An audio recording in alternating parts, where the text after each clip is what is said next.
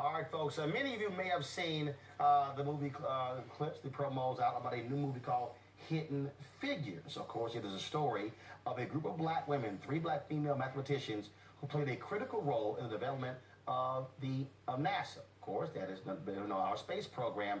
And so their story, untold up until this point, here's a clip. There's no protocol for women attending. There's no protocol for a man circling the earth either, sir. Every time we have a chance to get ahead, they move the finish line. Every time. We all get there together, or we don't get there at all. It's good to know NASA hadn't given up on good old-fashioned brain power.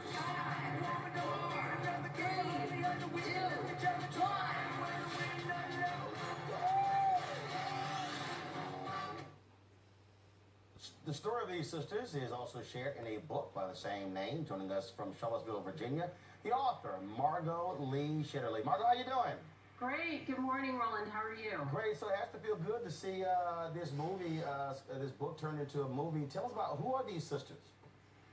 Well, for me, these women were people that I knew in the neighborhood. They were people at church. They were Girl Scout leaders. They were my dad's colleagues. My dad is a retired NASA research scientist. But they also happen to be, as I write about in my book and as the movie portrays, extremely talented mathematicians who started working for NASA during World War II and who continued on during the space race. Obviously, looking at these photos, there were not that many black folks working for NASA at the time, and these 3 certainly were some of the smartest in the room.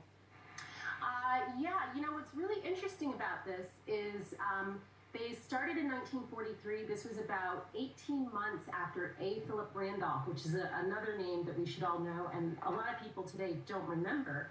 A. Philip Randolph pressured then President Roosevelt to open the federal government, the civil service, to African Americans.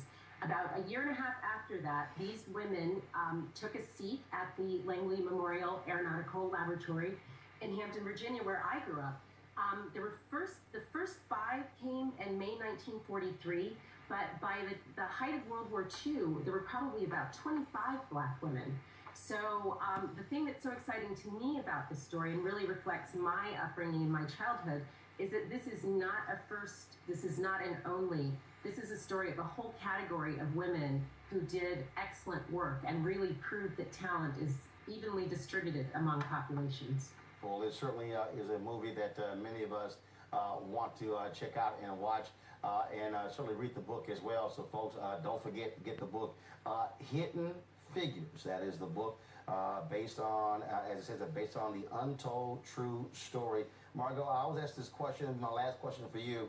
I ask this of all book authors. What is the one thing that was the wow moment for you during the research for this book? During the research for this book, you know, Roland, honestly, there were so many moments, but there was probably that one moment when I found the picture. I sort of started with Katherine Johnson, who a lot of people know because she received the Presidential Medal of Freedom, our country's highest civilian award, last year. So I started with her story and started walking backwards, and it was just like, where did these women first come from? You know, how did they get here?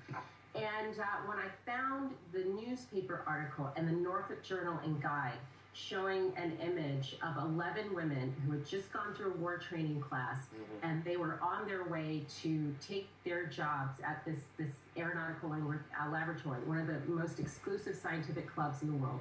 It was just so exciting, you know. I mean, it was a really thrilling moment. And I have to give a shout out to the black press because the archives of the Norfolk Journal and Guide, of the Chicago Defender, the Pittsburgh Courier, all of those newspapers that chronicled African-American life over the decades, they were absolutely critical to the research for this book. All right, Margot Shetterly, the book is Hidden Figures. We surely appreciate it. Thank you so very much. Thank you. All right then, folks. Now,